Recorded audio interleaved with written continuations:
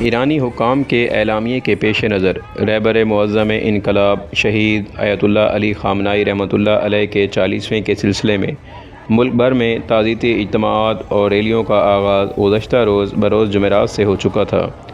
جمعرات کے روز عوام اور مذہبی تنظیموں کے افراد نے جمہوری عوامی اسکوائر سے مقام شہادت تک ایک بڑی اور پراثر ریلی نکالی۔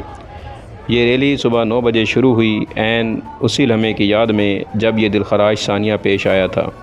ان ایام کے دوران ملک بھر میں دعاؤں، مجالس اور یادگاری اجتماعات منعقد کیے گئے، جبکہ علماء و مقررین نے اس عظیم ثانیے کو خراج عقیدت پیش کیا۔ آج جمعے کے روز مرکزی تعزیتی تقریب نہایت عقیدت و احترام کے ساتھ منعقد کی گئی، جبکہ ملک بھر میں دعائیہ اجتماعات کا سلسلہ جاری رہا۔ واضح رہے کہ رہبر معظم شہید آیت اللہ سید علی خامنہئی رحمۃ اللہ علیہ کو 28 فروری کو تہران میں ان کے دفتر پر ہونے والے بم حملے میں شہید کیا گیا تھا۔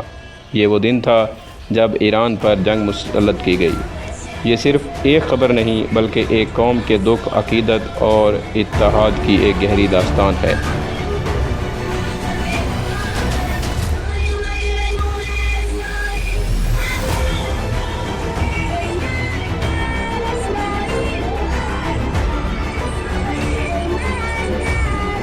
زهره رو ببرن. خواهش میکنم توقف در مقابل جایگاه رو ندم. آمدم با پرچم ایران علمداری. خواهش میکنم حرکت کنید، هنگامه های اذانگاه نزدیک، خیلی از کاروان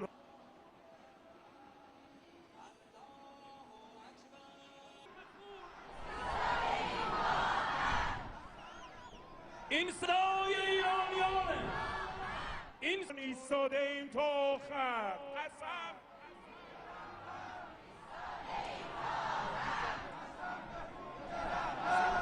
چیه با رهبر شهیدمون آقا جان، ما خیلی دلمون برا شما تنگ